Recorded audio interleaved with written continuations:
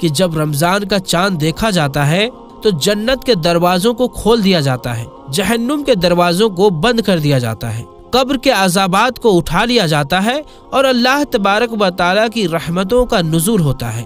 یہ ساری چیزیں ہوتی ہے تو جو مردہ ہوتا ہے اس کو بڑی راحت ملتی ہے۔ رمضان کے آنے سے مردہ بڑا خوش ہوتا ہے، یہ ہمارے اوپر سے عذاب اٹھا لیا گیا ہے۔ جو قبر کے اندر ہمارے لیے جہنم کے دروازے کھلے ہوئے تھے وہ دروازے بند کر دیے گئے ہیں، تو وہ مردہ بڑی راحت محسوس کرتا ہے۔ اب سوال یہ پیدا ہوتا ہے کہ جن لوگوں کے اوپر سے اللہ تبارک و تعالیٰ نے رمضان میں عذاب ہٹا لیا تو عید کے بعد ان کے اوپر عذاب نافذ ہوتا ہے یا نہیں؟ پیارے دوستو، کچھ مردے تو ایسے ہوتے ہیں جن کے اوپر عذاب نافذ نہیں ہوتا، لیکن بہت سارے مردے ایسے ہوتے ہیں جن کے اوپر عید کے دن ہی سے رمضان کا مہینہ ختم ہوتا ہے، فوراً ہی اسی طرح سے عذاب شروع ہو جاتا ہے جیسے پورے سال وہ لوگ قبر میں سزا اور عذاب بھگت رہے ہوتے ہیں، اور وہ مردے عذاب میں پھر ملوث ہو جاتے ہیں۔ کچھ علماء کا کہنا ہے کہ جب کوئی انسان رمضان کے مہینے میں انتقال کرتا ہے تو اس سے قبر میں سوال و جواب نہیں ہوتے، اور جب ایک مرتبہ اللہ تبارک و تعالیٰ کسی کے اوپر سے عذاب کو ہٹا لے تو پھر دوبارہ ان پر عذاب نافذ نہیں کرتا، بشرطے یہ کہ اس کے لیے کوئی ایصال ثواب کر رہا ہو یا مغفرت کی دعا کر رہا ہو۔ ہر مردے کو اس کے اعمال کے مطابق سزا دی جاتی ہے۔ جو لوگ مسلمان ہوتے ہیں اور گنہگار ہوتے ہیں تو اللہ تبارک و تعالیٰ ان کے گناہوں کی وجہ سے سزا دیتا ہے، اور جب اللہ تبارک و تعالیٰ چاہتا ہے تو ان کو معاف کر دیتا ہے اور رمضان میں ان سے عذاب ہٹا لیتا ہے، اور پھر اللہ تبارک و تعالیٰ اگر چاہے تو ان کو معاف کر دے اور اگر چاہے تو پھر ان کو عذاب دیتا ہے۔ اور جو لوگ مسلمان نہیں ہوتے بلکہ کافر اور مشرک ہوتے ہیں تو اللہ تبارک و تعالیٰ ان پر رمضان کے بعد پھر جیسے ہی عید کا چاند نظر آتا ہے ان پر عذاب مسلط کر دیتا ہے، اور وہ پھر پورا سال ہی عذاب میں مبتلا رہتا ہے۔ پیارے دوستو، جب رمضان کا مہینہ ختم ہوتا ہے تو رمضان کی برکتیں بھی ختم ہو جاتی ہیں، شیطان کو قید سے رہا کر دیا جاتا ہے، مردے پر سے رحم کا معاملہ ختم ہو جاتا ہے، جہنم کے دروازے جو رمضان میں بند تھے رمضان کے جانے کے بعد کھول دیے جاتے ہیں، جنت کے دروازوں کو اللہ تبارک و تعالیٰ بند فرما دیتا ہے۔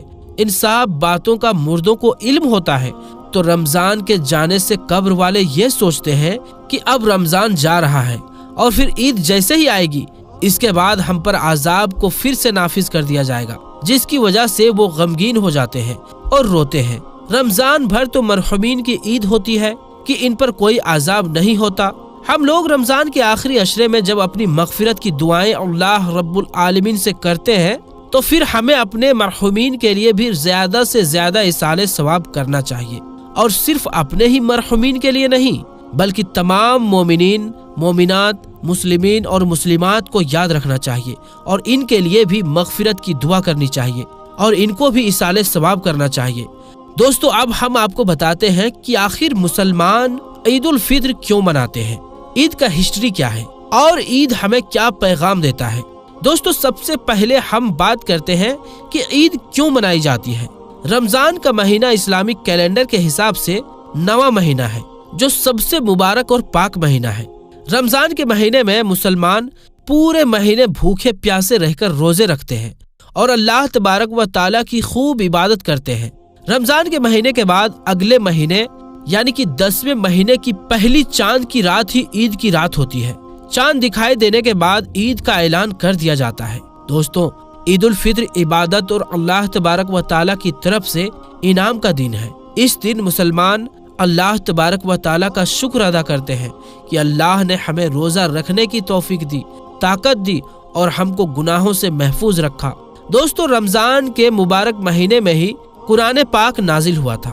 مسلمان عید کے دن اس بات کی بھی خوشیاں اور جشن مناتے ہیں کہ رمضان کے پورے مہینے میں مسلمان روزہ رکھتے ہیں، اللہ تعالیٰ کی عبادت کرتے ہیں اور کامیابی حاصل کرتے ہیں۔ عید اس بات کا بھی جشن ہے۔ دوستو، قرآن پاک کے مطابق رمضان کے مہینے میں روزے رکھنے کے بعد اللہ تبارک و تعالیٰ اپنے بندوں کو بخشش اور انعام دیتا ہے، اسی لیے اس دن کو عید کہتے ہیں۔ بخشش اور انعام کی اس عیدی کو عید الفطر بھی کہا جاتا ہے۔ دوستو، سب سے پہلی عید اللہ کے پیغمبر حضرت محمد مصطفیٰ صلی اللہ علیہ وآلہ وسلم نے سن 624 عیسوی میں جنگ بدر کی فتح کے بعد منائے تھے۔ حضور صلی اللہ علیہ وآلہ وسلم نے بدر کی جنگ میں دشمنوں کو شکست دی تھی، اس خوشی میں عید منائی تھی۔ دوستو اب بات کرتے ہیں کہ عید الفطر ہمیں کیا پیغام دیتا ہے۔ اللہ تبارک و تعالیٰ کا حکم ہے کہ جس طرح سے تم عید کے دن ایک دوسرے سے پیار اور محبت سے ملو، ویسے ہی تم لوگوں کے ساتھ پیار اور محبت کے ساتھ پیش آؤ اور عید کے دن غریبوں کی مدد بھی کرو۔ دوستو عید پر ایک خاص رقم غریبوں اور مجبوروں کو دی جاتی ہے جسے زکوٰۃ کے نام سے جانا جاتا ہے۔ مسلمان اس رقم کو ایسے غریبوں اور مجبوروں کو دیتے ہیں جن کے پاس کچھ بھی نہیں ہوتا ہے۔ مسلمانوں کو اس دن غریبوں کی مدد ضرور کرنی چاہیے۔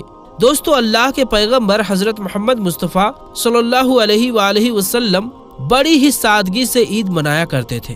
ایک بار حضور صلی اللہ علیہ وآلہ وسلم عید کے دن صبح سویرے فجر کی نماز کے بعد عیدگاہ کی طرف جا رہے تھے۔ راستے میں انہیں ایک چھوٹا سا یتیم بچہ روتا ہوا دکھائی دیا۔ آپ اس کے پاس گئے تو بچے نے بتایا کہ آج عید کا دن ہے اور اس کے پاس نئے کپڑے نہیں ہیں۔ آپ اس چھوٹے سے بچے کو اپنے گھر لے گئے اور دوستوں اس کے بعد پھر کیا ہوا؟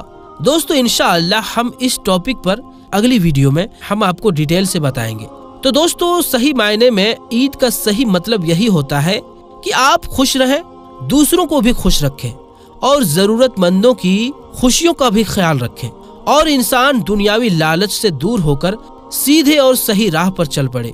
آخر میں اللہ تبارک و تعالیٰ سے دعا ہے کہ اللہ تبارک و تعالیٰ ہمیں نیک اعمال کرنے اور گناہوں سے بچنے کی توفیق عطا فرمائے، اور ہمیں اپنے مرحومین کے لیے زیادہ سے زیادہ ایصال ثواب کرنے اور ان کے لیے مغفرت کی دعا کرنے کی توفیق عطا فرمائے۔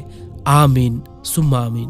تو دوستو آج کے لیے بس اتنا ہی، انشاءاللہ ملیں گے اگلی ویڈیو میں، تب تک کے لیے السلام علیکم، اللہ حافظ۔